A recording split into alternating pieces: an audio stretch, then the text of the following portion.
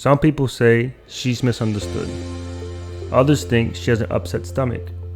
I think she's just gross. On today's video, we're going to discuss what is contemporary art. Yeah, just let all that out, yeah.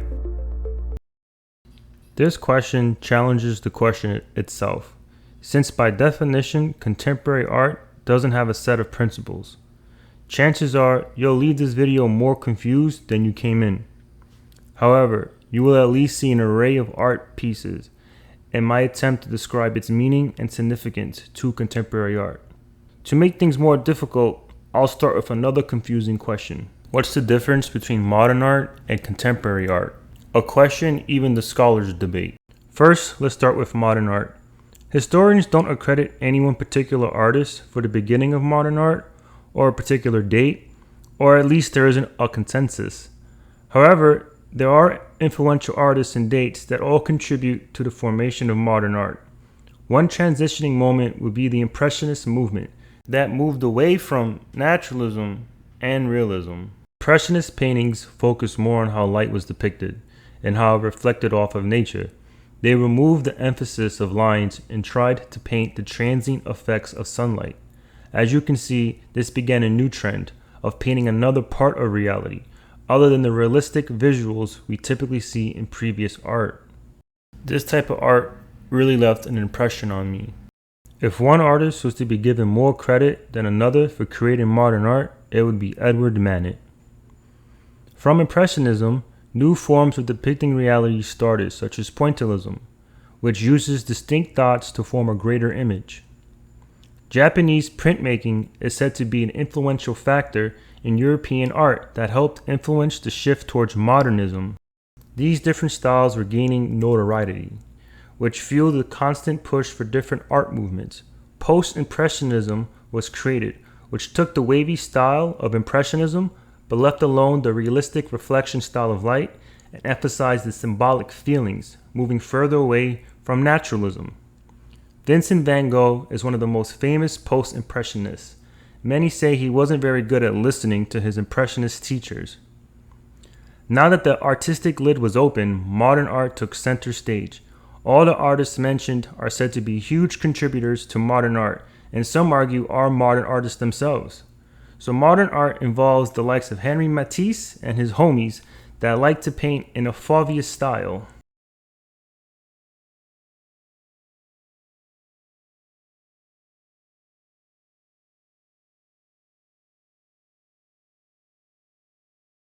Henri Matisse and his rival Pablo Picasso are the artists that revolutionized modern art in the beginning of the 20th century.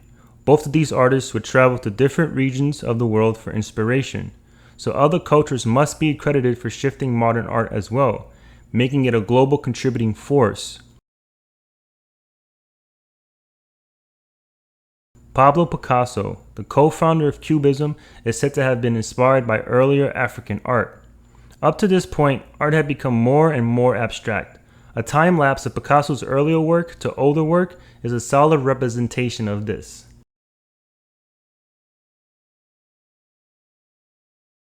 Some historians like Natalie Heinich counts the beginning of contemporary art with Marcel Duchamp, work fountain, which is also considered the start of the anti-art movement. This also happened to be the same year Roger Fry and the homies started the Contemporary Art Society. But before we make that transition, I would like to discuss my favorite style of art, which seems to be stuck between modern art and contemporary art. Surrealism was heavily influenced by fusing the unconscious mind, imagery, Sigmund Freud's work on psychology, and politics. Artists would combine these factors and create images that would contradict and merge the dream world with reality.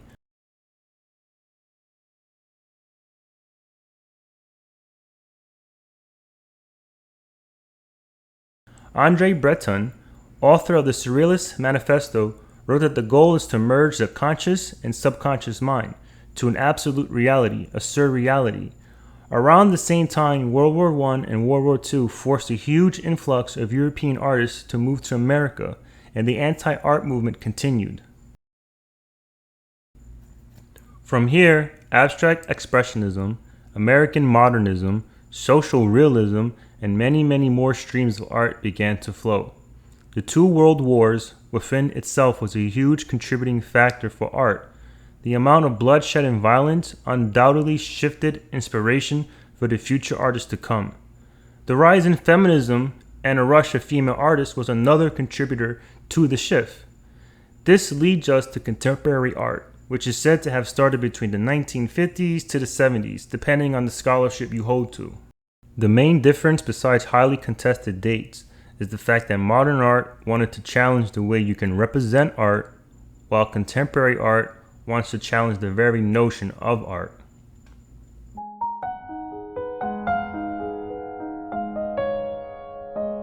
Look at this image.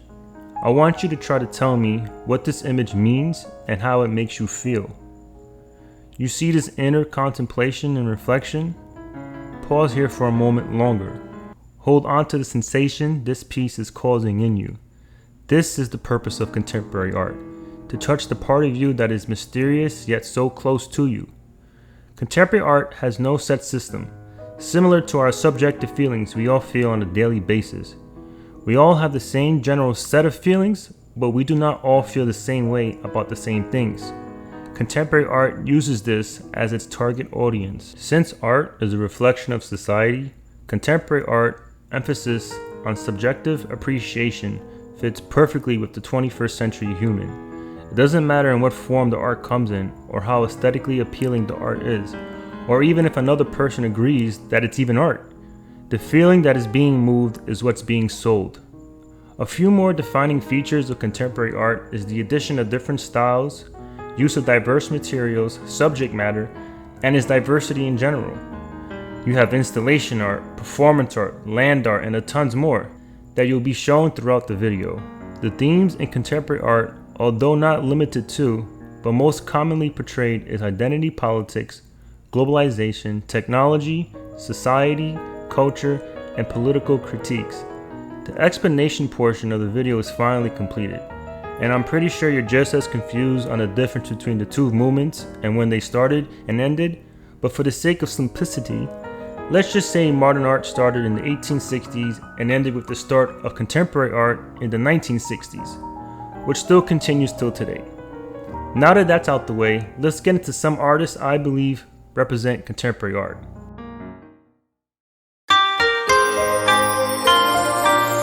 Kazuo Shiraga is a good artist to start with to represent contemporary art. First off, he was ahead of his time, and second, he changed the dynamics of what is considered art. He was part of the legendary Gutai group, a group of Japanese artists that formed after World War II around 1954 by Jiro Yoshihara and Sozo Shimamoto. Gutai means concreteness, which somewhat explains this performance of wrestling in cement. The Gutai movement actually revolved around the relationship between body, space, matter, and time, in pursuit of originality. America was also a pushing force for abstract art to enter into Japan, in hopes to promote concepts of freedom. Although the Gutai group was very influential to the development of contemporary art, and as a whole had some interesting work, I got to stick to the script. Kazuo Shiraga is best known for his innovative method of foot painting. This style of art combines performance art and painting with non-traditional methods. Shiraga had another unique art performance, Red Logs, where he surrounded himself with logs and proceeded to hack at it with an axe.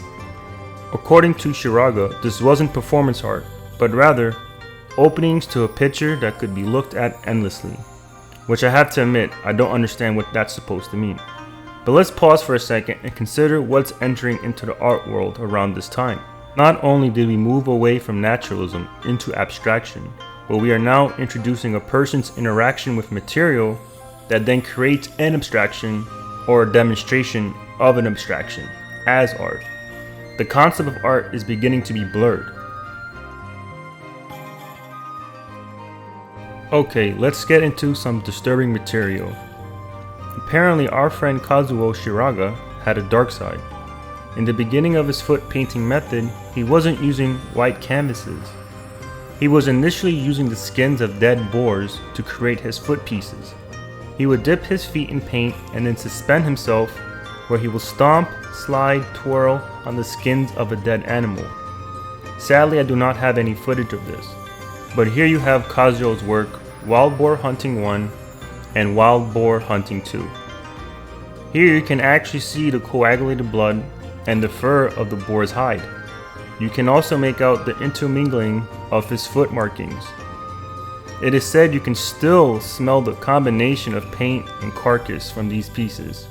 Shiraga wanted to demonstrate the primitive man, where the hunt was a testament of manhood. Shiraga also attempted to make an art piece from a dead dog covered with slices of lamb, however this piece was not completed. A handful of Kazuo's work had involved blood.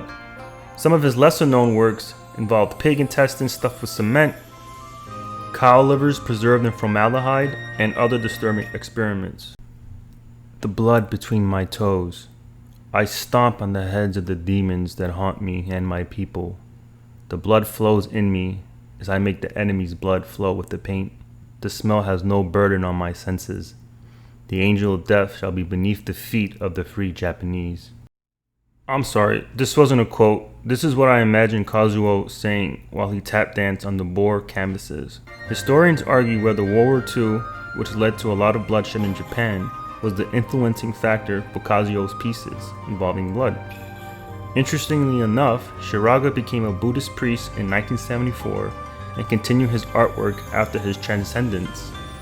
So let's do a recap before we move on to our next artist. Kazuo Shiraga undoubtedly pushed the boundaries for what was considered art. He was a true pioneer that led others to the contemporary art frontier.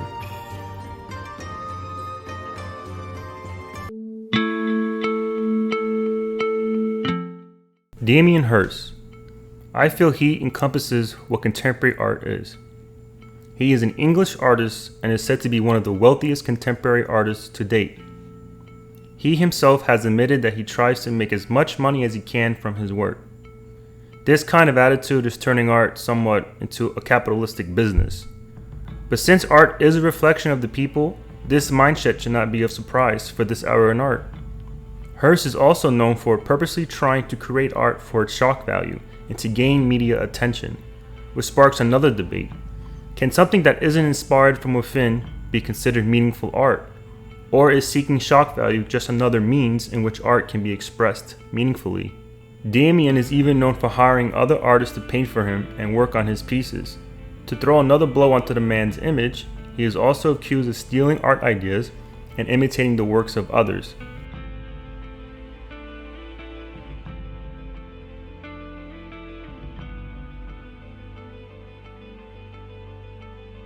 However, the man is credited for bringing new and larger audiences to art, and like it or not, he will go down as one of the greatest contemporary artists. Now that we got the excess information out the way, let's see what's so controversial about Mr. Hirst. This is a beheaded cow with flies roaming around its decapitating head, with a bug zapper killing the unsuspecting flies. Now, I don't plan on interpreting much of his work, but just for poops and giggles. This is one example of Hirst's attention-seeking pieces, which means the decapitation of this animal was solely on the intention to entertain you, which shows the grotesque nature of man to want to see death up close. The flies are then a constant representation of us watching and coming to see death. Mother and child divided. As you can see, this piece is literally a mother and child divided and bisected in half. The pieces were then put into tanks with some type of formaldehyde solution. Now that we've been introduced to Damien Hirst and animals and formaldehyde, let's take a look at some more. He's used this style numerous of times. Some critics really insult this style, not because it involves using animals, but because, well, let's hear a quote from Brian Sewell, an art critic. I don't think of it as art. It's no more interesting than a stuffed pike over a pub door. Indeed, there may be more art in stuffed pike than a dead sheep. Which brings another question. Are dead things in formaldehyde art? Mr. Hirst sources the materials, aka animals, from other vendors. He actually is accused of killing over 1 million animals in his career. ArtNet calculated he used 13 sheep, 7 cows, 5 calves, 4 bulls, 3 baby horses, 2 pigs, 1 brown bear, 1 zebra, 27 sharks, 668 fish, 850,000 houseflies, 45,000 insects, 17,000 butterflies, 5 birds, 624 organs from 8 cows, 16 cow skulls, 41 fish skeletons, 1 gilded woolly mammoth skeleton, and a diamond encrusted skull. The man bought a skull from the 18th century, covered it in platinum, and encrusted it with diamonds. But hey, all the diamonds in the piece is said to be ethically sourced. As stated from the beginning, a lot of Damien Hirst's work is created for shock value, and I must admit it does indeed check that box. His work is thought-provoking and causes you to want to chatter. Damien Hirst, although flawed, will go down in history as one of the greatest contemporary artists.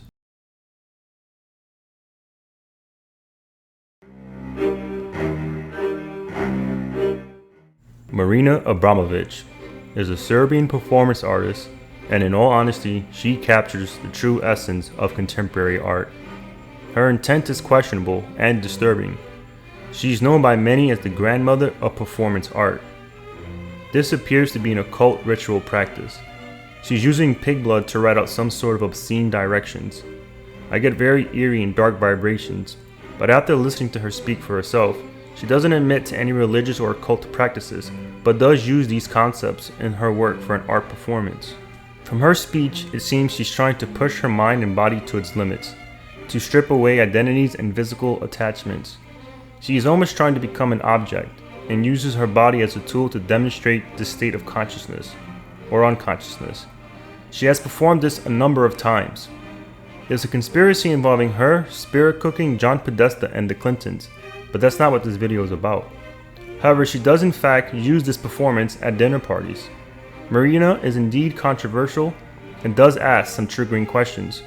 Why should we hold on to physical restrictions? Wouldn't overcoming this enhance us? Her coming from a cold communist background would fit this line of inquiry. It was a very interesting moment that before the audience came, I had around my head and she just kind of slip off and go around my neck. And the trainer said to me, you have to absolutely relax because my pulse was beating, and the more she pulse beat, the more she goes around your neck. So you have to actually relax in panic in order to become like a tree that she can release herself. It was a really good training. I was motionless and I just move around and actually move my body and become another sculpture. I see this piece as a sculpture. It's in front of you, so if I cut my stomach, it was fine.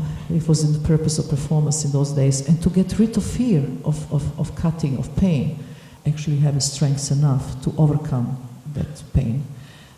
Old cultures knew so many techniques about that. All the Asian, Africans, the Aborigines, the Tibetans, knew that using the body to the point almost to clinical dying situations in the very violent rituals in order to have a situation they can actually jump to another state of mind, to transcend the physical body and to alter a state of consciousness. Marina actually started a lot of her earlier work with her ex-boyfriend Yule. As you can see, this is one of their performances where they try to share the same breath continuously from their mouths. This was really breathtaking. They later broke up, and even their breakup was turned into a performance, where they went to difficult terrains in China, separate from each other. They then agreed to meet at a certain point on the Great Wall of China, and ended their relationship once they finally met up, which is quite beautiful in an overly dramatic way. Here's another dinner party event Marina throws. Seems sadistic as sadistic gets to me, but I can see the carnal nature enjoying this in a cynical way. Abramović is known to rub elbows with some elite people. We have media coverage of her working with Lady Gaga and Jay-Z along with other celebrities. Here you can see Lady Gaga practicing the Abramović method, which helps you capture Marina's style as a mental and spiritual enhancement. This is also available for you freaks out there if you're interested. Marina has a lot of material, and is an interesting individual, as creepy as she makes me feel. I can appreciate her art from a distance, over my computer screen, after I pray for protection from any unwarranted energies. But say what you will, this is contemporary art. Okay viewers, I promise that this was the worst of what is in this video. Psych! You guys don't understand how dirty those bones were. Okay, seriously, time to move on. Marina Abramovich is a decorated artist with years of material. You can go explore. Now that all the weird stuff is out the way, I'll show you some weird stuff from other contemporary artists. Gordon Matta Clark, an American artist best known for his on-site artwork. His study of architecture aided in his pieces.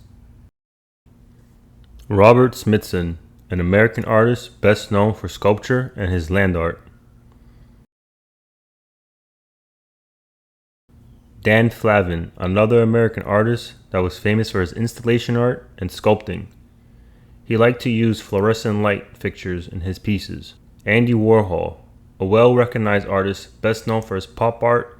He was also known for coining the phrase 15 minutes of fame and survived an assassination attempt by Valerie Solana, and radical feminist. Joseph Kosuth, a conceptual artist that would strip away the complexities of art and present it in its most natural form, which makes sense since he was influenced by the philosopher Ludwig Wittgenstein. Jana Starbach, a Canadian artist best known for conceptual sculptures, also recognized for her unique choice of material to use in her art, such as meat to make the flesh dress. Simon Berger, known for using a glass and a hammer to shatter the glass in such a way to present a set image. Kara Walker, a popular artist who crosses between multiple styles of contemporary art. She often involves gender, race, and identity into her pieces. Lena Marquise, a Russian interdisciplinary artist. She uses film and performance art and likes to use sexuality and morality into her pieces. Juho Konkola, an artist that although uses origami, pushes the level of difficulty of the ancient art. His pieces are folded from a single piece of paper. There's footage of him showing how he does this if you are interested. Mike Ross, a sculptor known for his large-scale projects. Janne Parviainen, an artist from Finland who uses light painting photography to make mesmerizing photos. Cause, also known as Brian Dunley, he has created characters that became part of his art and brand. He has made it into mainstream audiences. You can purchase your personal sculpture. Vincent Casteliga, artist from Brooklyn that only uses his blood in his paintings. This guy is hardcore. A lot of these paintings are not small, they're life-size. Willard Wigan, a British artist that sculpts microscopic art. You literally need a microscope to see his art, and he must control his heart rate, for the pulse in his fingertips can affect the sculpting. Tim Noble and Sue Webster, two more Brits that are known for their shadow art. They are sadly no longer together, but their work will remain a unifying bridge to the art world. Alexandre Orion, a Brazilian street artist who's known for both his graffiti art as well as his reverse graffiti, which is a form of art where you clean your masterpiece into a dirty public location. Alex Gray, an American artist who is one of my personal favorites, that infuses his spiritual and psychedelic influences into his artwork. Hermann Nitsch, an Austrian artist that uses gory and religious imagery in order to relate intense religious experiences. I find him blasphemous. Dr. Gunther von Hagens, a German anatomist who invented the technique plastination, where you preserve biological tissue specimens from rotting. He uses donated specimens for his artwork. Yes, these are real people. Scott Eaton, an American artist who creates and represents the human body in various forms. He is one of the pioneers in digital sculpting, painting, photography, etc. A. Weiwei, a Chinese artist and activist. He grew up in exile and is constantly speaking out against the Chinese government. Some people refer to him as China's most famous artist.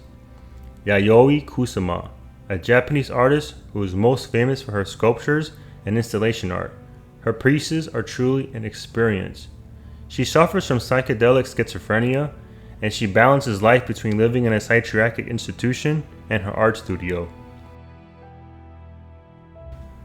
Julian Beaver, a British sidewalk chalk artist who uses the style anamorphosis, where his work creates an illusion but can only be truly appreciated from just the right angle. Banksy, a street artist whose identity is unknown. He combines activism and street art into his work. He has a very interesting portfolio. I almost selected him to be one of the 3 artists I felt best represented contemporary art.